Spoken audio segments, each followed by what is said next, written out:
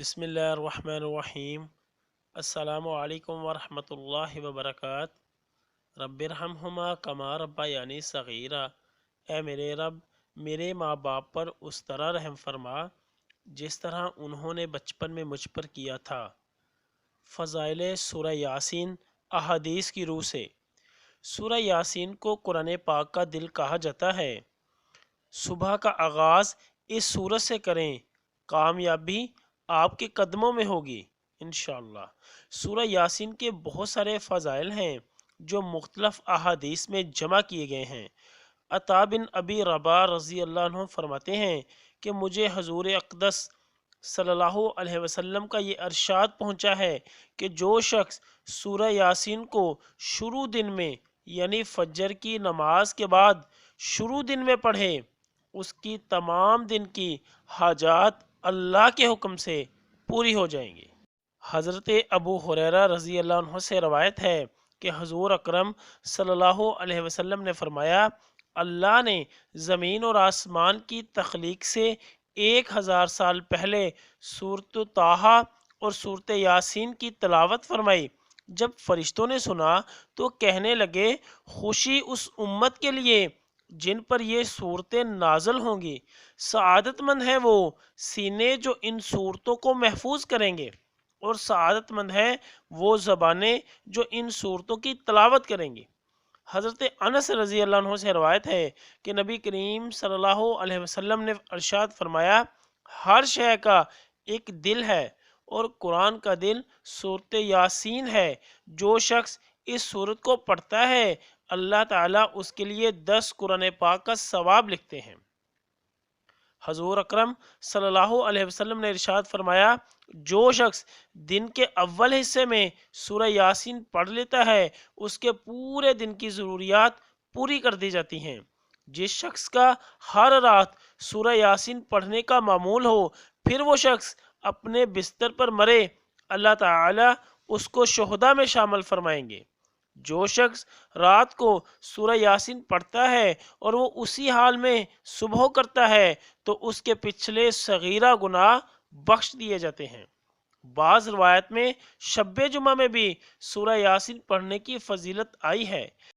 ایک حدیث مبارکہ میں نبی کریم صلی اللہ علیہ وسلم نے فرمایا، بے شک کتاب اللہ میں ایک ایسی صورت ہے جس کو العزیز کہا گیا ہے، اور قیامت کے دن اس کے یاد کرنے والے کو شریف کہا جائے گا۔ وہ شفاعت کرے گی اپنے صاحب کے لیے ربیع اور مضر کے لوگوں کی تعداد سے بھی زیادہ لوگوں کی، اور وہ سورۃ یاسین ہے۔ سورۃ یاسین ایسے شخص کے پاس پڑھیں جو نزاع میں ہو تو اس وقت اس پر نزاع میں آسانی ہو جاتی ہے اور اس کی روح آسانی سے پرواز کر جاتی ہے۔ اگر کسی کو رشتے کا مسئلہ درپیش ہو تو غیر شادی شدہ پڑھے تو اس کی جلد شادی ہو جائے گی۔ قیدی پڑھے تو رہائی پالے، مقروض پڑھے تو قرض ادا ہو جائے، مسافر پڑھے تو سفر میں آسانی ہو جائے۔ حضرت سیدنا ابو جعفر محمد بن علی فرماتے ہیں، جو شخص اپنے دل میں سختی پائے تو وہ ایک پیالے میں زعفران سورۃ یاسین لکھے اور پھر اسے پی لے، انشاءاللہ اس کا دل نرم ہو جائے گا۔ حضرت انس سے روایت ہے کہ حضور اکرم صلی اللہ علیہ وسلم نے فرمایا، اللہ جل جلالہ بوقت دیدار مردوں کو ایک ایک کر کے سلام کرے گا اور اسی طرح عورتوں کو سلام کرے گا، اور ارشاد فرمائے گا، میرے دوستوں اور اولیاء کو مرحبا ہو، پھر ان کی مہمان نوازی فرمائے گا۔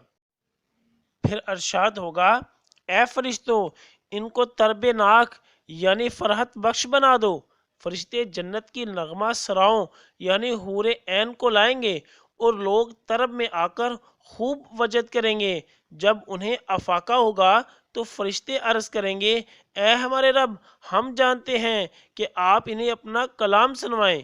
خدا تعالیٰ کا ارشاد ہوگا، اے داؤد، انہیں ذرا میرا کلام تو سنا دیجئے۔ وہ ممبر پر چڑھ کر زبور پڑھیں گے، لوگ طرب میں آ کر وجد کرنے لگیں گے۔ جب انہیں افاقہ ہوگا تو ارشاد خداوندی ہوگا، اے میرے بندو، تم نے اس سے زیادہ پاکیزہ آواز بھی کبھی سنی ہے؟ وہ عرض کریں گے، نہیں اے ہمارے رب۔ خدا تعالیٰ کا ارشاد ہوگا، اپنی عزت و جلال کی قسم میں اب تمہیں اس سے زیادہ پاکیزہ تر آواز سناؤں گا۔ اے محمد صلی اللہ علیہ وسلم، اٹھیے اور ممبر پر چڑھ جائیے اور سورہ یاسین و طٰہٰ پڑھیے۔ پس حضرت محمد صلی اللہ علیہ وسلم سورہ یاسین کی تلاوت فرمائیں گے۔ حضور صلی اللہ علیہ وسلم کی آواز داؤد علیہ السلام کی آواز پر خوبی میں 70 حصہ بڑھی ہوئی ہوگی اور لوگ طرب میں آ کر خوب وجد کریں گے۔ یا اللہ، خاندان اہل بیت کی سچی محبت ہمارے دلوں میں راسخ فرما۔